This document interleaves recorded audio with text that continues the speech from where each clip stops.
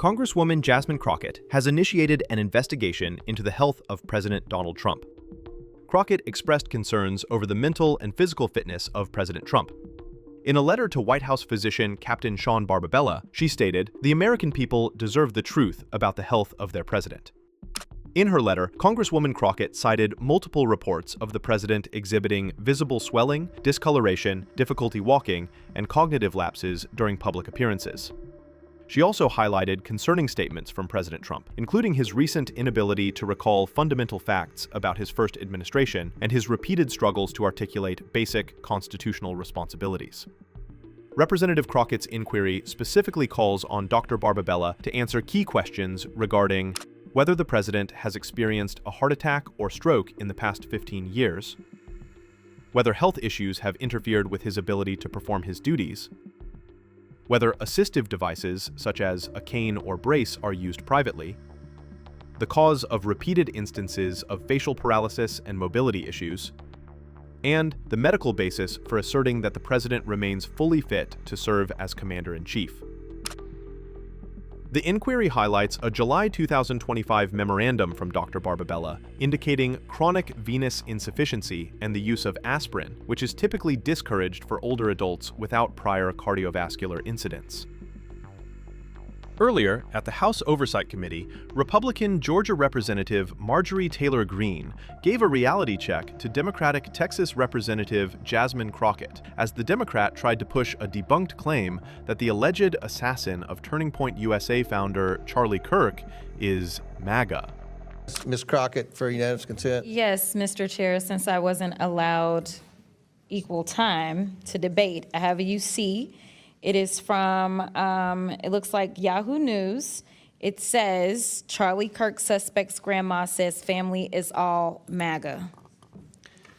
Without objection, so ordered. Chair recognizes Ms. Green from Georgia. Mr. Chair, remember I have a UC as well.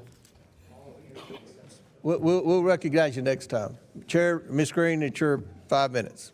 Thank you, Mr. Chairman. I can assure you that the 22-year-old man, Tyler Robinson, that murdered Charlie Kirk is not MAGA. His family may be Republican, but all of the evidence that is being presented proves that he is a far leftist, very much integrated in online groups that are linked to Antifa. He was in a relationship with a biological male, so-called furry, whatever that is transitioning to be a fake woman.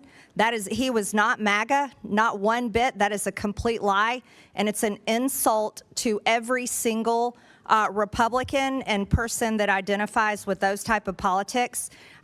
We will not tolerate it, and that is the exact type of language that is getting many of us death threats day after day, and led to shootings on the baseball field where Steve Scalise was shot. This is what led to President Trump nearly being assassinated this past summer. This is what has led to Charlie Kirk being assassinated. And so I just want to give a warning there. We're not going to tolerate that anymore. You know, something else we're not going to tolerate is crime. On August 11th, President Trump announced major steps to address the out-of-control crime in the district. Thank God, because this is my 5th year in Congress, and living in D.C. and working here has been a nightmare. It is. The crime is ridiculous, absolutely ridiculous. And let's talk about some of that. Since President Trump thankfully brought in the National Guard, carjackings have decreased by 87%. Nearly 1,200 people have been arrested, including known members of MS-13 and Tren de Aragua. Those are both foreign terrorist organizations. By the way, many of them came across the border while Democrats controlled this country in the past 4 years. Federal law enforcement seized nearly 120 firearms and busted a drug trafficking ring attempting to smuggle fentanyl, PCP, and cocaine into D.C. A joint effort by ICE and MPD arrested an illegal alien previously charged with sex crimes against a child.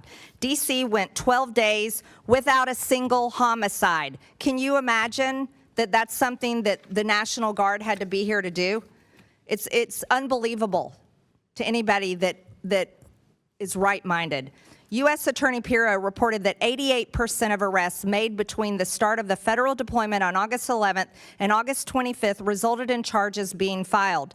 This is substantially higher than in 2024, where the Biden-appointed U.S. Attorney Matthew Graves charged suspects only 57% of the time. That's because he was busy chasing down MAGA grandmas that went into the Capitol.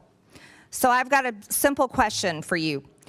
Mayor Bowser, do you prioritize criminals or the victims?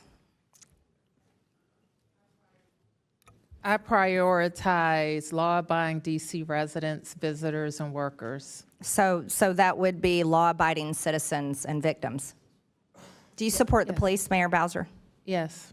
Mr. Mendelson, do you prioritize criminals or victims of criminals? I believe in swift and certain justice. And No, if I asked you somebody has committed either a one. crime- Victims of criminals, of crime, or the criminals themselves. Which one do you prioritize? As I understand the question, victims. Victims. Do you support the police, Mr. Mendelson? Absolutely. Okay, Mr. Schwab, I'll ask you the same questions. Unfortunately, hurt people. So sometimes victims are victims one day and So are you perpetrators the prioritize next the day. criminals, is that what you're saying, over victims of crime? I prioritize making up my city as safe as it can possibly be. I'll take that as criminals. Do you support police, Mr. Schwab? Of course, we work very closely with MPD every day. Mr. Jackson, the same questions for you. Definitely prioritize victims, and I stand with the 24 states that are suing the Trump administration for withholding $1 billion in victim service funds. So you're against cleaning up crime in D.C. Thank you for that. I've got an article here. The D.C. Police Union head is the biggest cheerleader of Trump's D.C. police takeover. So the police here in the district support the efforts and the help from the president. However, I've got a quote here from Mr.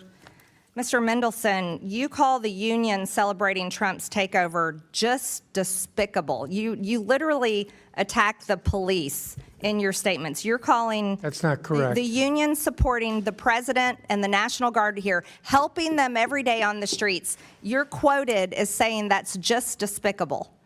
You're taking that out of context. I criticized the president of the FOP because he is a liar. Oh, so you are against the police. Thank No, you for clearing that up. no. Also, I have President of the I FOP. also I have believe our one time last is thing, Mr. President Chairman. of the FOP, not the police. I reclaim my time. Lastly here, Mr. Gentlelady's Mendelson. time's expired. You, Gentlelady's time's expired. Chair recognizes Mr. Bell. Mr. Chairman, I have a UC request. Okay, state your.